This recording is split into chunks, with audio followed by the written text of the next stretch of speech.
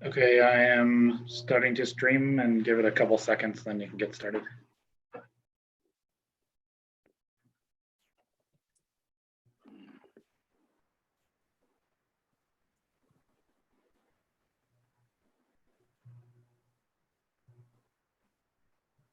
All right, so we'll get started here. So good evening. Thank you everyone for joining us, both applicants, board members on Zoom, as well as those viewing on YouTube. This begins the pre-meeting for the zoning board on today, May 21st, 2020. During the pre-meeting, staff and zoning board members review cases. There is no participation by applicants or the public. Following the conclusion of the pre-meeting, a public hearing will be held at 6 p.m. Here, all cases will be heard, applicants will present, and public comments submitted after the staff reports compiled will be read into the record. After the conclusion of the hearing, deliberations will follow. The zoning board will take action on cases that were heard at the public hearing. There is no participation by applicants or the public during deliberations. I ask that all staff and board members mute their microphone at this time, and unless you're going to speak. As an FYI, I explained this, I think a few more people may have joined. So the cases will be heard by the zoning board. Once your case is heard, we ask that you please leave the Zoom meeting. The fewer number of people in the Zoom meeting, the better off it is for a number of reasons. So if you are interested in watching deliberations, you're welcome to do so, youtube.com/City of Rochester NY. And if you choose not to watch the deliberations, that's fine as well. I will happily get in touch with you tomorrow at some point, notifying you of the decision. Regardless of the decision that occurs tonight, in approximately 15 days, you will receive a written notice of decision outlining how the board arrived at their decision based on the standards that are set out in the code. Before we start going through the cases, I'm going to run through, like we did last time, each of the cases, and I'm going to poll each board member and ask if you have visited the site. So again, I'm going to call your name, and the question is whether or not you have visited the site, and I'm going to go in the alphabetical order each time. And I'll go through all of them, and then we'll go through all of the cases. So for case number 1, address 336 Nunde Boulevard, Jim? Yes. Tyrese? Yes. David?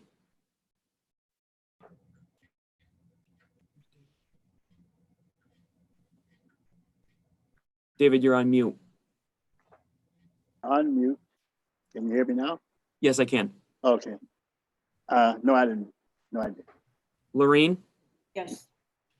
I'm sorry? Yes. Yes, thank you. And Cora? No. Case number 2, address 103 Prospect Street, Jim? Yes. Tyrese? Yes. David? Yes. Lorene? Oh, yeah. And Cora? Yes.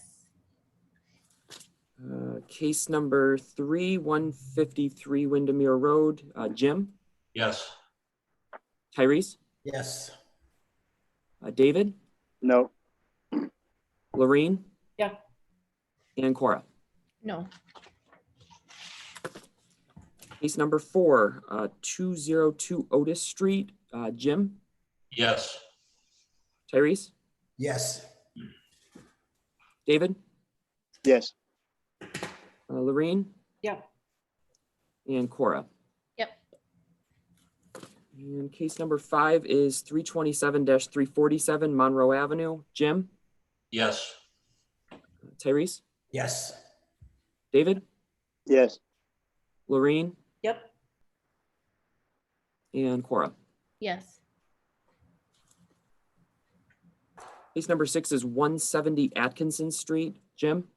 Yes. Tyrese? Yes. David? Yes. Lorene? Yep. And Cora? Yes. Thank you. Case number 7 is 12 Greg Street, Jim? Yes. Tyrese? Yes. David? Yes. Lorene? Yep. And Cora? Yes.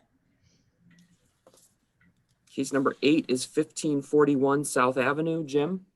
Yes. Tyrese? Yes. David? Yes. Lorene? Yes. And Cora? Yes. Thank you. 2 more. Case number 9 is 191 Genesee Street. Jim? Yes. Tyrese? Yes. David? Yes. Lorene? Yep. And Cora? Yes. And case number 10 is 153-155 Averill Avenue. Jim? Yes. Tyrese? Yes. David? Yes. Lorene? Yes. And Cora? Yes. Great, thank you all for that. That way we can eliminate that during the hearing and I can just announce it for the record at that time. So let's get started. Case number 1 is 336 Nunde Boulevard. Are there any questions regarding this case? There was 1 additional public comment that came in that was sent to you. I'll be reading that into the record just as an FYI. The applicant is here to construct an addition to both the east and the north side of the property. What you're reviewing here is the rear yard setback. So that it'll be the northern elevation component of the building addition. Any questions on that one? Nope.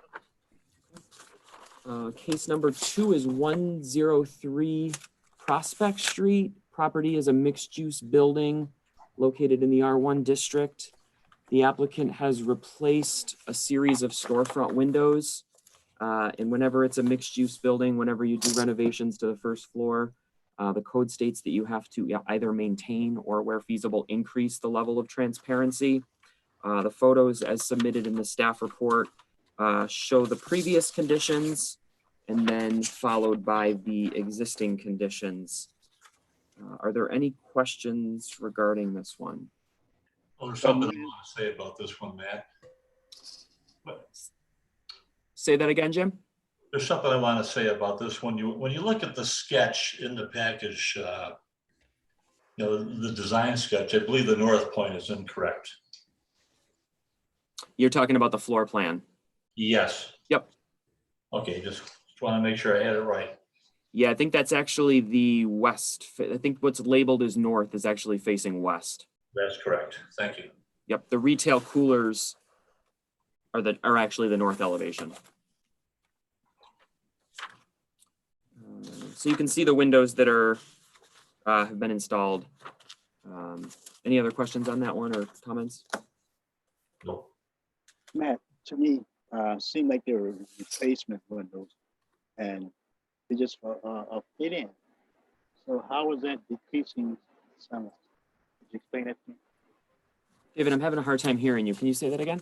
I was saying the windows that was put in, like replacement windows, and they fit into a hole. I'm very familiar with this building, and they didn't cut anything out. How is it decreasing the sunlight in the building? Yeah, so it's decreasing the area of transparency. It's a really good question because the window openings are the same, right? Is that what you're saying? Yes, the opening are the same.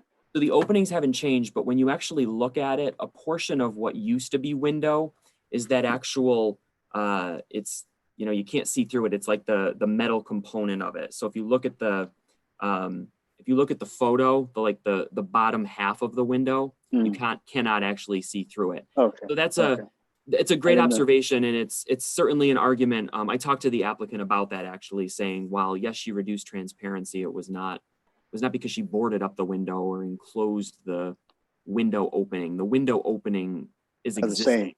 Correct. Yep. Right. Correct. Okay, but because it's not fully window anymore. Fully the window. Right. transparency, Right. Okay. Correct. I got Has you. decreased. Yep. Good observation. Case number. Any other questions on Prospect? No. Okay. Case number 3, 153 Windermere Road. Any questions on this one? There was a significant amount of public feedback in the staff report, and then there was additional feedback that came in in the last week since the publication of the staff report, and that also has been sent to you, which I will read into the record. But this applicant, did someone call in on them, or did they realize when they went to go pull a permit that they couldn't? Yeah, it was a complaint generated Okay. case. So that's why it's here before you. Yep. Okay, so next case is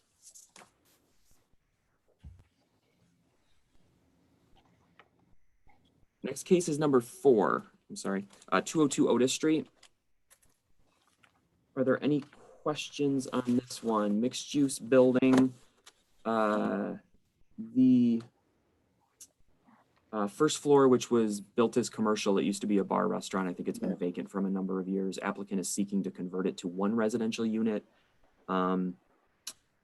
It has some off-street parking. I think that's mentioned in the staff report. In the lot behind, they're making some improvements to that, but they're seeking to convert it to residential. No public comment on Otis. Matt, when you have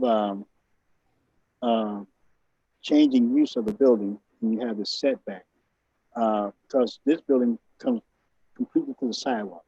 Right. So there's no setback for residential. No, because it's an existing footprint. They're not Existing building new. footprint. If they Okay. were building new, they would. Then you have the setback. Correct. Okay. So the way it works is the conversion is there. So, you know, I think the code was written with the intent to try to maintain some of these commercial uses in our residential districts. Mm. They were built because they provided a service at a time when they were built to neighboring residential properties, some sort of retail sales and service where people could walk, arrive on foot. There's a small store on the corner. What we've heard from property owners is that depending on where it's located, that there's not a significant amount of market for it in terms of a commercial use, but they are able to market it as a residential use. So they I understand. seeking to do that. It's finding a balance. So case number 5 is the Burger King project on the corner of Monroe and Alexander, 327, 347 Monroe Avenue. They are here for 4 variances. So as noted in the staff report, so there's the preliminary site plan findings, which are included in the staff report, which outline the whole project. You'll notice there are a significant amount of feedback in the preliminary site plan findings.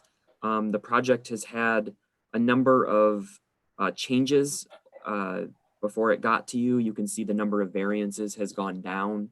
It used to be 7, they're now seeking 4. I would imagine the applicant will outline some of that as part of their presentation. On the site map within the staff report, I tried to label out the variances so it was a little more clear. One of the ones I want to address with you, because this came up during the last hearing, is so you've got the refuse, obviously, in what's considered a front yard between Alexander and the building. You've got the setback from the street between Alexander and the building. You've got within the setback, it's converted to parking.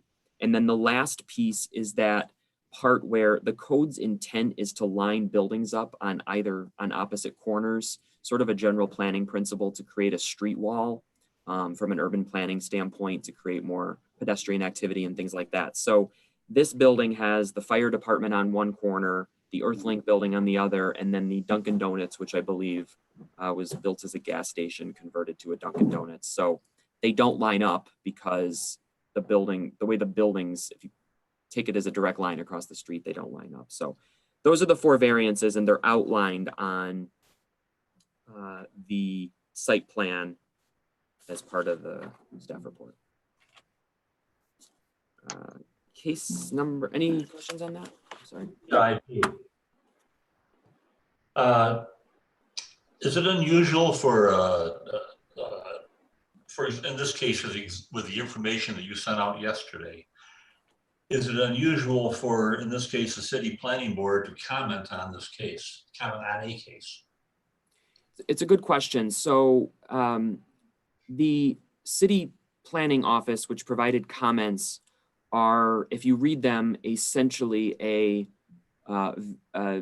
they're very similar to what was said in the preliminary site plan findings. The planning office commented, as did every other agency, as part of the site plan findings.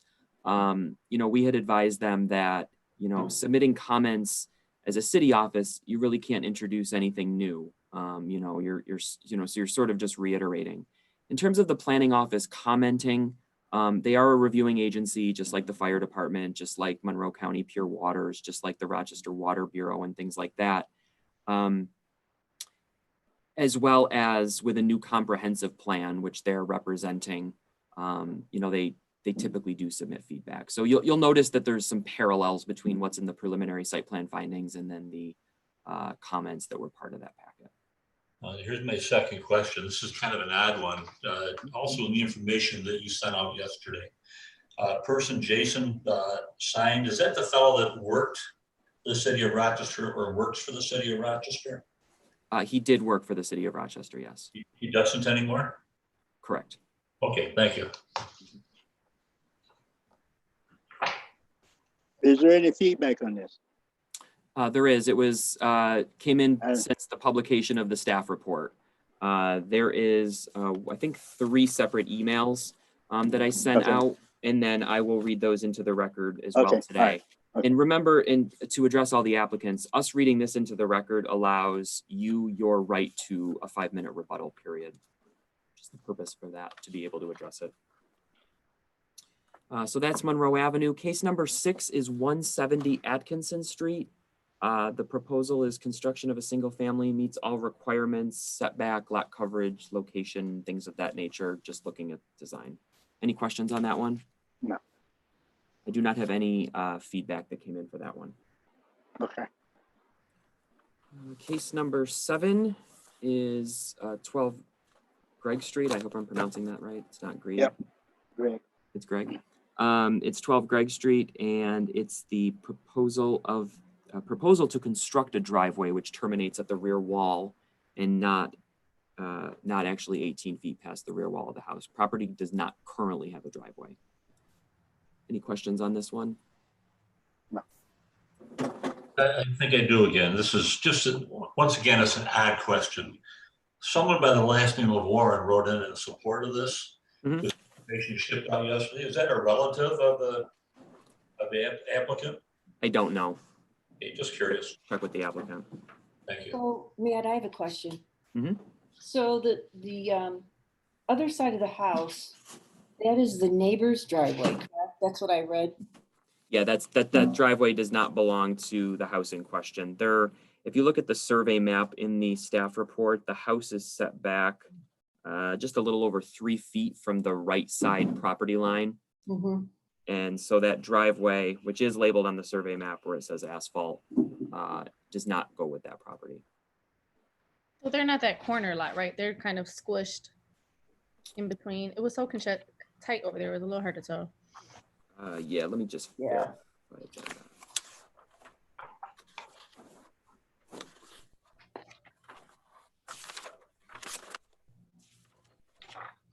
Yeah, correct. I see what you're saying. Because if you look at the front of it, it looks like it corresponds with that. Mhm. Oh, yeah. There are 2 letters for Greg Street, and they were sent out, of course, and then I will read them into the record. Case number. Sorry, I'm late. Hi, Lashana. Hey, listen. Case number 8 is 1541 South Avenue. Any questions on this one? This is a expansion into a 3rd floor. It's expansion of a non-conforming use. Any questions on this one? Yeah, man, I think there's a typo under project information. It reads, the applicant is seeking to legalize the use of the 1st floor in conjunction with the 2nd floor. Shouldn't that be 3rd floor? 3rd floor. 3rd floor and 2nd floor? That is correct. Okay. That is correct. Thank you for pointing that out. So under what Jim is referring to, everyone, under the page 1 of the staff report, under project information, the 2nd sentence states the applicant is seeking to legalize the use of the 1st floor in conjunction with the 2nd floor dwelling unit. That is an error, and I'll correct that on the record. The applicant the request that was part of the agenda on the line up is correct. The applicant is seeking to legalize the third floor in conjunction with the second floor. Man, on these conversions on the third floor, I always have a problem with of safety. If we approve this or not approve it, still have to go by city inspection, right? Yeah, they have to get building code approval. Building for code health and approval. safety. Okay, Correct. all right. Yeah, there have to be proper, the proper protocols in place for, egress and Egress, that's fire what I was worried safety about. and things Yeah. like that. So the approval here does not constitute the permit. The permit is issued once they have building code approval. Building code. Okay, Correct. thank you. Yep. Case number 9 is 191. Oh, and I didn't get any comment for South Avenue, 1541 South Avenue. Case number 9 is 191 Genesee Street. Any questions on? And I did have to go on their property because I couldn't see anything from the street. What part of it? Avro. I couldn't see it, so I had to walk on the side. Oh, no, we're on Genesee Street. Oh, I'm sorry. I'm ahead. I'm sorry. No, that's okay. Wrong one. I was gonna say the Genesee Street one's up from the sidewalk. No, I'm sorry. I flipped. No worries. Any questions on Genesee Street? It's pretty straightforward. There were some comments that came in, that got sent to you, and I'll of course read those into the record. Okay, and then last case number 10 is 153 Avril, to Teresa's point.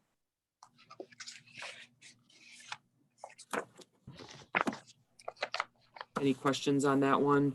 Rear So structure. real quick, all I have to do is if I only viewed it from the street or all I have to say is, yes, I went to visit the site and viewed it from the right of way. Is that Correct? Yep.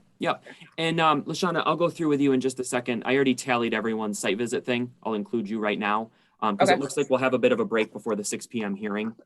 Okay. So let me just make sure. Any questions on 153 Avril, case 10? Another DBHV, this one is a demolition proposal. It's in the rear, as Tyrese said. So you really couldn't check it out. You couldn't get back there. Okay. So that is all of the cases. I am going to go through with you, LaShawna, here. I'll take 10 seconds and I'll run through each of the sites with you. I visit them all except for 2. Case 1, Nunda Boulevard, and case 7, Greg Street. Greg Street, okay. Great. Those are the only 2 that I did not visit. And all other sites listed on the agenda you did. I went to go look from the right of way, so I looked from the street. Got it. Thank you for that. Okay, to everyone watching, applicants on Zoom, what we'll do is we'll take a brief break. We can't start the hearing until the 6 p.m. Published time for the hearing. So you can kind of put yourself on mute, turn your video off, and we will resume everything at 6. And the same goes for the streaming on YouTube. We'll begin with case number 1, beginning at 6 p.m. Thank you, everyone.